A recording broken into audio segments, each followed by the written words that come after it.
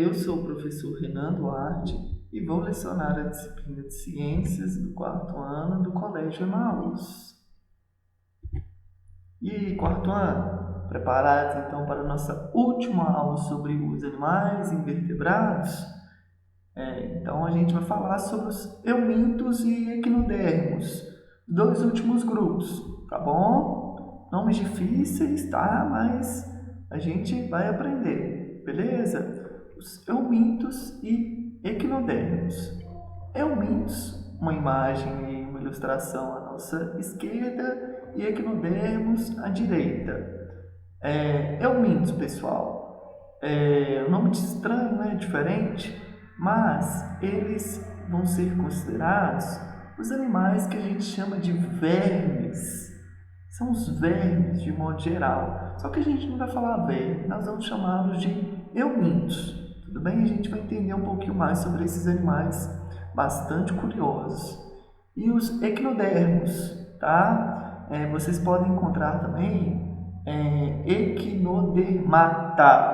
equinodermata, que se refere ao grupo dos animais equinodermos.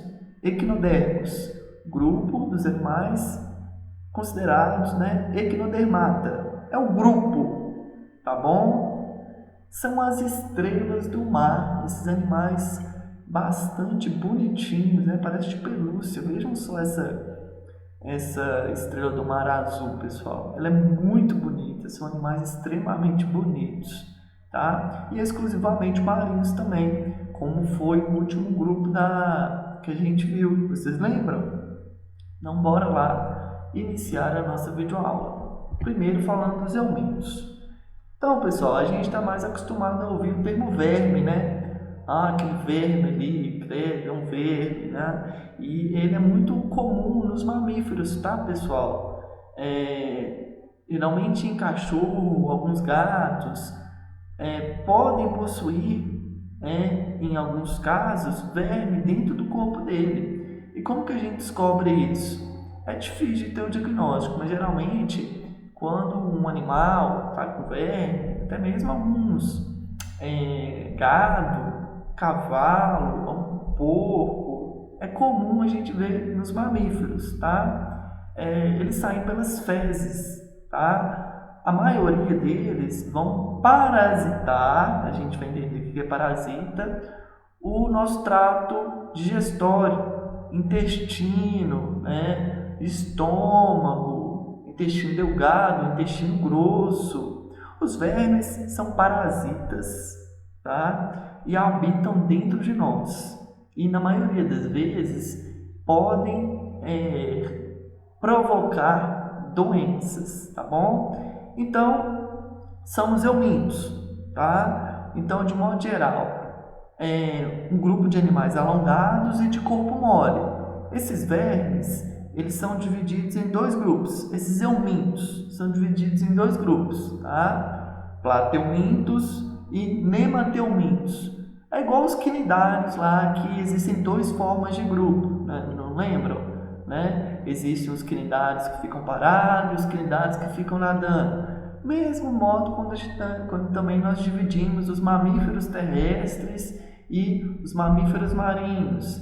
Aves que voam e aves que não voam. Tem diferença entre eles, tá? Então, os eumintos, ou vermes, existem dois tipos, plateumintos e nemateumintos. Os anelídeos podem ser considerados também como alguns eumintos, tá? Como verme, porque eles possuem um corpo alongado e de corpo mole, né? Com ausência também de esqueleto, não é mesmo? A gente teve uma aula completa lá falando de anelídeo, só que a gente vai tirar ele de fora, tá? Então, a gente vai entender o que é o plateuminto e o nemateuminto. Os anelídeos vão ficar um pouquinho de fora porque eles são anelídeos, tá? Eles vão ter outras características específicas do grupo. Uma deles é o tamanho, tá? Porque os eumintos são extremamente pequenos, pessoal. Tá? Pequenos, mas podem ser compridos, dependendo da espécie que a gente está falando. Agora, os anelídeos não. Eles vão ter outros hábitos. Primeiro que os anelídeos não são parasitas, tá? Anelídeo não é parasita, tá? A gente já viu, né? E os teumintos, o plateuminto quanto o nemateuminto, são parasitas, tá? Então, parasita, Renan, você já falou isso umas 4 vezes. Parasita, pessoal, é um animal, um ser vivo, que depende do outro para sobreviver, mas depende estritamente, ou seja, se não houver aquele ser vivo, ele não tem condição de sobreviver, tá bom? Então não é uma dependência ecológica, ou seja, essa relação de um ser vivo que tem com o outro, com presa ou predador, não, é uma exigência altamente rígida, ou seja, ele precisa de um outro animal para extrair os seus nutrientes. Por isso que, na maioria das vezes, os eumintos, né, os plateumintos e nemateumintos, eles vivem dentro do corpo do seu hospedeiro, do seu animal, né, onde ele vai parasitar. Então, o termo parasita é um animal que precisa de um outro animal para sobreviver, tá bom? Atualmente, se entende como verme um animal com um corpo alongado e ou achatado e sem esqueleto interno ou externo e não possui membros. Renan, as minhocas, os anelídeos também não possuem membros, só que elas não são parasitas. Saber se diferenciar, tá bom? Então a gente está tirando os anelídeos de fora, embora o corpo deles sejam bastante parecidos, só que anelídeo não é parasita.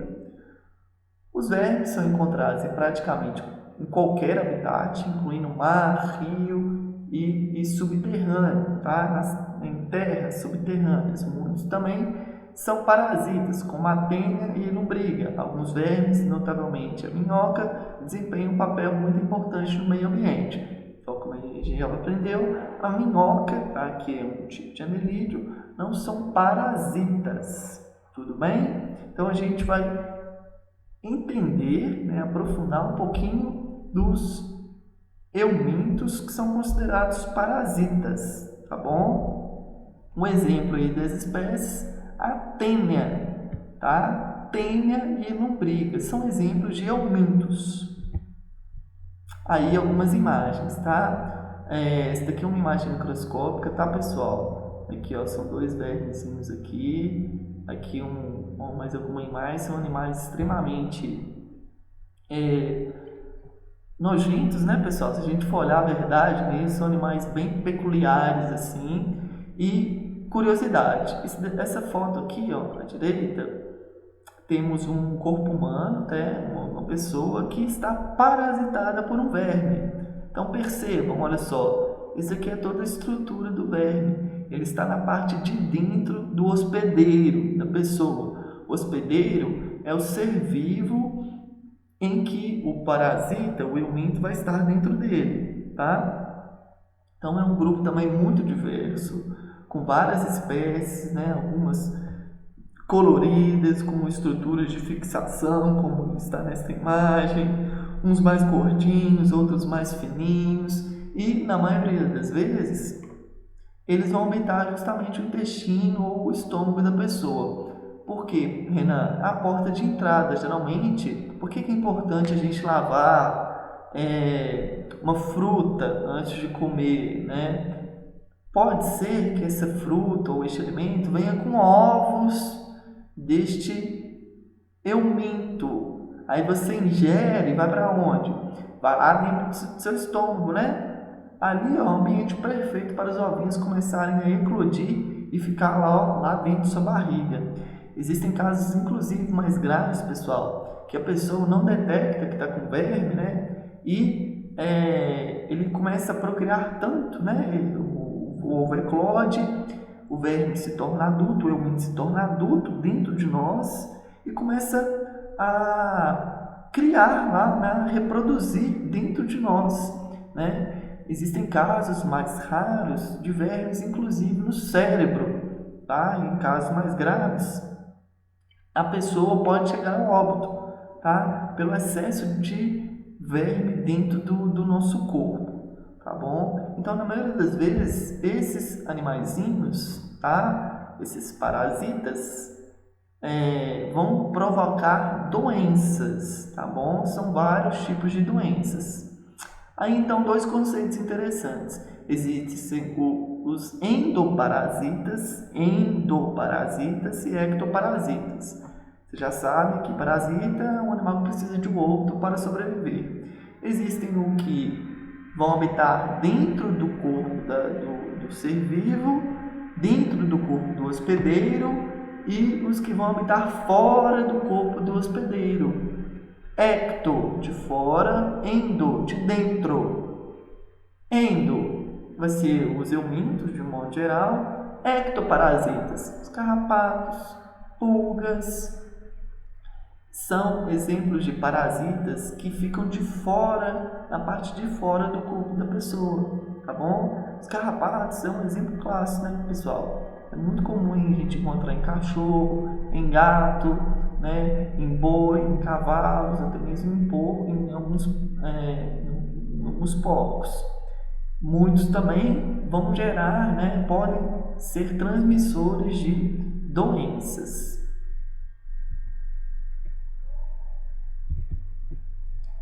Bom, próximo grupo, as estrelas do mar, tá? Equinodermos é um grupo das estrelas do mar, os animais marinhos, como a estrela do mar, bolacha do mar, ouriço do mar, que podemos ver quando visitamos alguma praia. Vocês já viram? Os biólogos dizem que os equinodermos são de vida livre, ou seja, vivem soltos na água do mar, com exceção do lírio do mar, cuja maioria vive fixada à rocha, vivem fixadas às rochas no fundo do mar. Estrelas do mar são facilmente encontradas deslocando-se no fundo do oceano, assim como os ouriços. Pessoal, então, como a gente já viu, né, as estrelas não são sésseis, tá? Elas possuem movimentação, né, e conseguem se locomover aí no ambiente marinho, tá bom? Curiosidade, né, a palavra equinodermos vem do grego, que significa o eknos, espinho, e dermato, de pele, né? Tanto que a gente vai no dermatologista, né, o médico, especialista em cuidar da nossa pele, tá? Então, os equinodermos são animais que possuem o corpo todo recoberto por espinhos. Estes, além de terem a função de defesa, também atuam na locomoção do animal. Então, esses espinhos aí na parte externa, né, da pele, é importante para a sua locomoção. E é um grupo muito bonito, pessoal, de animais, tá? Muito diverso também, cores bem variadas, né? Então, são animais também exclusivamente marinhos e que vivem no fundo dos oceanos. Esses animais possuem uma dieta bem variada, sendo que os ouríceos gostam de se alimentar de algas marinhas e pequenos animais. Inclusive, também, pessoal, como a gente já viu no último vídeo aula, alguns quinidários, né, se alimentam de pequenos animais também. Alguns vermes, tá? Existem alguns vermes, né, marinhos também. É menos comum, mas podem existir, tá? As estrelas do mar se alimentam de ostra, mexilhão, outros equinodermos, corais e anêmonas do mar. Esses animais respiram através de pequenas brancas que se encontram ao redor da boca do animal. Os equinodermos, as estrelas do mar, né, possuem na maioria das espécies sexos separados. Então tem sempre o macho e a fêmea, com fecundação externa, ou seja, o macho e a fêmea liberam seus gametas. Gametas são células masculinas e femininas, o espermatozoide e o óvulo na água para que eles sejam fecundados. Dizemos, então, que há um desenvolvimento indireto, porque antes de se tornar um adulto, ele passa por uma forma larval. Desenvolvimento indireto, pessoal, é quando um animal, antes de se tornar adulto, ele tem uma forma de larva. Tá? Tem vários invertebrados que possuem este hábito aí, uma joaninha, né? Alguns besouros, são considerados os animais com desenvolvimento indireto, tá bom? Antes dele se tornar adulto, ele é uma larvinha. Os equinodermos possuem uma característica bastante curiosa, né? A capacidade de regeneração. Olha só que interessante.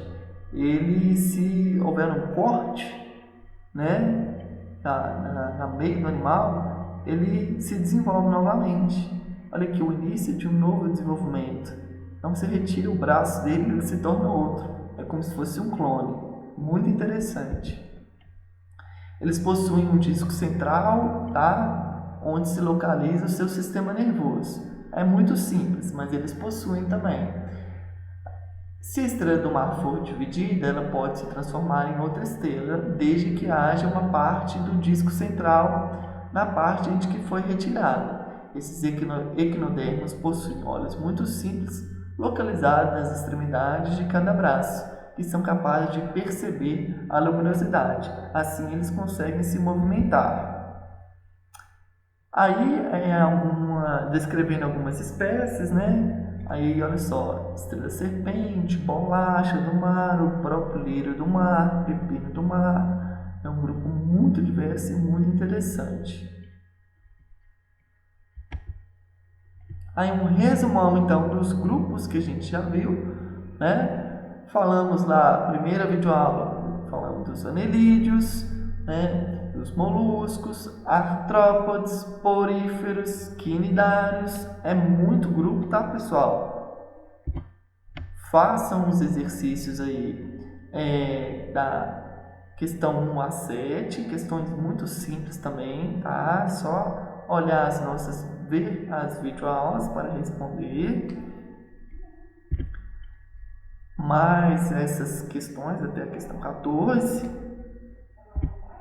Finalizando mais uma videoaula aí com uma imagem exclusiva, né, do primeiro homem chegando até a Lua. Aí um conteúdo que vocês vão aprender aí ano que vem, tá? No próximo ano. Então fechamos o conteúdo de animais invertebrados, tá? Vamos iniciar um conteúdo novo aí depois. Bons estudos, até a próxima videoaula e lembre-se sempre, juntos no caminho certo.